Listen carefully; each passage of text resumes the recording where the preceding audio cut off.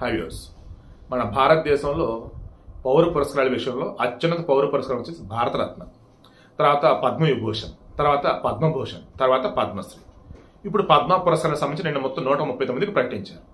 7గురికి పద్మవిభూషణ్, 7, 19, 19 మందికి వచ్చేసి Padma Bhushan, next balance 113 మందికి వచ్చేసి పద్మశ్రీ.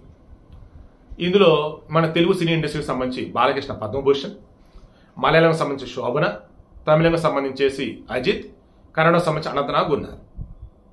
సరే, ఇంకా పద్మశ్రీ, పద్మభూషణ్, పద్మభూషణ్ 3 అందుకున్నటువంటి Asian Institute of Gastroenterology doctor Nageswara Reddy ఉన్నారు. ఆయనకు సంబంధించిన సెపరేట్ ఒక వీడియో ఇస్తాను.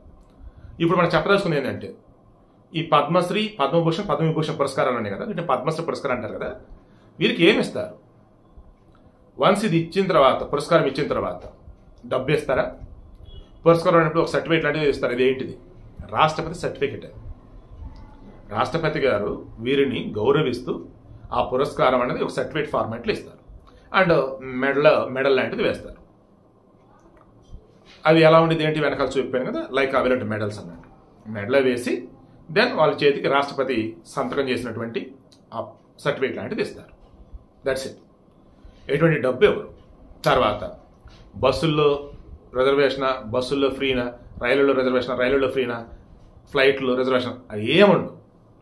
అది మిమ్మల్ని ఆటలు, కళలు, సాహిత్యం, రాజకీయాలు, పౌరసేవ, విదేశీ వ్యవహారాలు, ఇటువంటి విషయాలలో సంబంధించేసి ఒక్కొక్క రంగంలో ఒక్కొక్కరు ఉంటారు.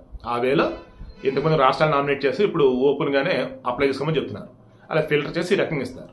సో పద్మ పురస్కారాలు ఎవరికి ఇస్తారు ఏంటి అన్నప్పుడు మన దేశంతో పాటు బయట వాళ్ళు కూడా ఇస్తారు. అండ్ ఎక్కువగా మన దేశం వాళ్ళకి ఇస్తారు. ఇందులో భాగంగా రాష్ట్రపతి సర్టిఫికేట్ ఇస్తారు, మెడల్ ఒకటి ఇస్తారు. ఇంకా వేరే డబ్బు ఎవరు, ఇంకా వేరే ఎక్స్ట్రా ఫెసిలిటీస్ కూడా మీకేం ఉండవు అన్నమాట.